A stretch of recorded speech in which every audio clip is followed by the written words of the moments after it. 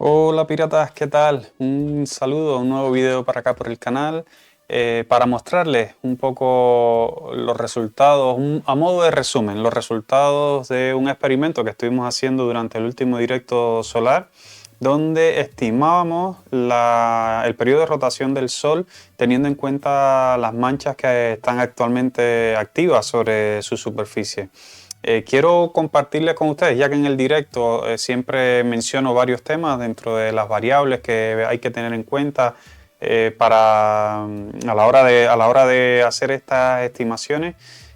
Quiero compartir en este resumen para quienes no han podido estar en el directo, pues que puedan también conocer de qué se trata la infografía entre comillas, que hemos compartido en el día de ayer, donde hablábamos un poquito de los cálculos. Entonces, para eso tengo establecido este videito que consta de dos partes esenciales. Uno es las variables, donde vamos a ir incorporando errores, algunas de las que no hemos tenido en cuenta, que hemos ido depreciando. Y lo último es un poco la explicación de los cálculos. Son esos dos momentos importantes y un resumen al final.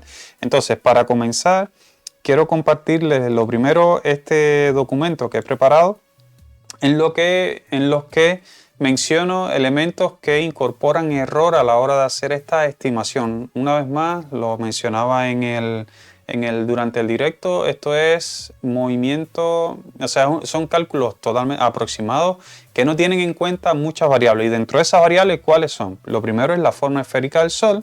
Aquí vemos el Sol de frente. Nosotros, cuando lo vemos al Sol en el directo, vemos una sola fotografía y vemos que es como un plano, que sería como esta imagen, pero realmente sabemos que el Sol es una esfera y estas dos líneas rojas que están aquí tienen la misma distancia. Y miren, cuando las manchas están moviéndose, este es el punto A y el punto B, punto A' y B'. Estas dos sería el movimiento de las manchas, ¿vale? De manchas que vienen saliendo o por el limbo o que están más al frente hacia la Tierra, y miren el desplazamiento aparente. ¿Lo ven? O sea, este es una de las variables más importantes. Por eso es que ayer, durante el directo, cuando estábamos haciendo este ejercicio, pues tomábamos las manchas que estuvieran más de frente hacia la Tierra. Esto es una de las variables que hay que tener en cuenta, uno de los argumentos, no de los argumentos, una de las variables que hay que tener en cuenta a la hora de estimar el desplazamiento, o sea, que incurre en errores, que podemos incurrir en errores. Hay que tenerlo en cuenta. No lo tenemos en cuenta, por eso es que es movimiento aparente y son cálculos aproximados. Otro de los elementos es la posición orbital.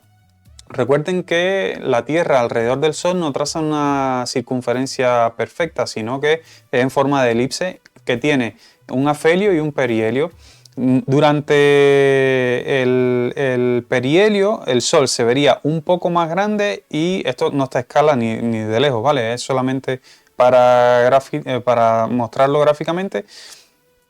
Y durante el afelio, pues está un poquito, o sea, el Sol se vería el Sol un poco más pequeño por la distancia. Ese es otro de los elementos también que induciría, si no lo tenemos en cuenta, pues al nosotros hacer una fotografía del Sol durante el verano para el hemisferio norte, pues lo veríamos más pequeñito, lo hemos comprobado aquí en Estrellas Compartidas, y durante el invierno lo veríamos un poco más grande. En el caso del cálculo que hacíamos ayer, pues también habría que tenerlo en cuenta. Otro momento es la inclinación y momento, o sea, otro error sería la inclinación y el momento de la captura. Ayer lo hablábamos, que la diferencia entre las horas del desplazamiento de la órbita también o sea, vamos por parte, el desplazamiento de la órbita de la Tierra alrededor del Sol, ya eso hace que, incorporado con el de arriba, con este otro movimiento, pues también ya habría una variación también incurriría en una variación en la forma que vemos el Sol, en el tamaño que veríamos el Sol, así como la inclinación y el momento de la captura. Como no lo capturamos exactamente a las 24 horas, fueron 23 horas y algo, que también es un error que hemos cometido, o que lo identificábamos, no es que hemos cometido, sino que lo identificábamos como que había ahí una fuente de error también, pues es otra de las variables que tendríamos que tener en cuenta. Por último, o sea, no por último, la siguiente ha sido en la precisión en la medición de los trayectos. Lo hacíamos usando Inkscape para medir estos trayectos. Tomábamos como referencia el punto final de la mancha del día 26 y el punto final del día 27 para cada una de las 3 manchas que estaban mirando hacia nosotros. Ya lo van a ver también, lo vimos también durante los cálculos, se los voy a mostrar a continuación en la segunda parte, y es que un píxel representa 1400 kilómetros. Entonces, con que fallemos un píxel a la hora de hacer la medición, pues ya estaríamos incurriendo en números ya que son mayores, pero que de igual manera, teniendo en cuenta que esto induce error, pues vamos a estar más conscientes de que el resultado final no va a ser extremadamente, o sea, no va a ser estricto. Al igual que en la medición de los trayectos, es la medición del diámetro del Sol, que es una de las cosas que también induce al error. El método que estábamos usando era usando la herramienta del cubo de relleno, pues extraíamos toda la zona negra usando vectores y después intentando que la circunferencia del Sol pues quedara de esta manera, y esto nos daba entonces el diámetro tanto en el eje este-oeste como en el eje norte-sur, y de esa manera entonces ahí también se incurría en error. Fíjense, es una serie de variables que hay que tener en cuenta, que van sumando errores, que por eso los resultados finales no son quizás todo lo preciso posible, pero siendo conscientes de que hemos cometido estos errores, pues después la diversión puede ser mayor, que la vamos a ver a continuación. Luego de esto, el próximo es, que también induce al error, es que dependiendo también de la fuente de internet, que es el único valor externo que hemos usado para nuestros cálculos, que es el diámetro del Sol en kilómetros, hay muchas variables, hay muchos lugares donde aparecen cuál es el diámetro del Sol, pero todos oscilan alrededor del 1.392.000 kilómetros. Tenemos en Wikipedia 1.392.000, directamente desde Google 1.392.700 kilómetros, que es el que hemos usado para nuestros cálculos, pero dependiendo de la fuente está más o menos rondando esos valores, 1.392.000. Teniendo en cuenta todos estos posibles errores que les comento, lo de la forma esférica, la posición orbital, la inclinación y el momento de captura, y después a la hora de realizar la toma de los datos de las capturas, la precisión tanto del movimiento de los trayectos como en la medición del diámetro, y este tema de la fuente de internet desde donde se mide el diámetro, pues teniendo en cuenta eso, no nos detenemos, pasamos a hacer los cálculos, y para los cálculos ya tengo abierto aquí también tengo abierto aquí esto, se lo muestro aquí, perfecto. Teniendo en cuenta los cálculos, pues esperen un momentito, por favor. Wow, esperen, se moví el que no era. Aquí está, vale. Teniendo en cuenta que tenemos todos esos posibles fuentes de errores, pues no nos detenemos. Jugamos. Nos ponemos a jugar. El primer paso que realizamos, una vez más para las personas que no estuvieron ayer, es estimar el diámetro solar en píxeles desde Inkscape. Era lo que les comentaba ahorita. Ese círculo rojo que mostrábamos hace un momento, pues tenía 973,16 por 972,43. Una media de 972,80. Teniendo esto en cuenta y conociendo que el diámetro solar desde Internet es de 1.392.700 kilómetros, nos hacemos la pregunta: ¿cuántos kilómetros representa un píxel? Y el resultado sería dividir este número entre el diámetro que nos ha dado, y nos da un aproximado de que un píxel representa 1.431,65 kilómetros. Paso 3. Al paso 4 lo que hicimos fue estimar el movimiento aparente de las manchas en píxeles. ¿Qué hicimos? Seleccionamos 3 manchas, la posición del día 26 y la posición del día 27. hallamos los trayectos con Inkscape y nos arrojó estos valores, 101,24, 102,48 y 101,32. Hallamos la media. Recuerden, son las manchas que estaban sobre todo mirando hacia nosotros, y la media fue de 101,68. Con esto, multiplicando esta cantidad de píxeles por la cantidad de kilómetros que representa un píxel, ya tendríamos el movimiento aparente de las manchas en kilómetros, y en este caso es 145.569,89 kilómetros. 145.569 kilómetros. Es el desplazamiento que hubo medio entre las manchas del día 26 y las manchas del día 27. Con este valor y conociendo las fechas exactas en que fueron tomadas, la fecha y la hora exacta que fueron tomadas las imágenes, la del día 26 fue tomada a las 15:44, a las 3:44 de la tarde, y la de ayer, día 27, fue a las 2 de la tarde con 37 minutos.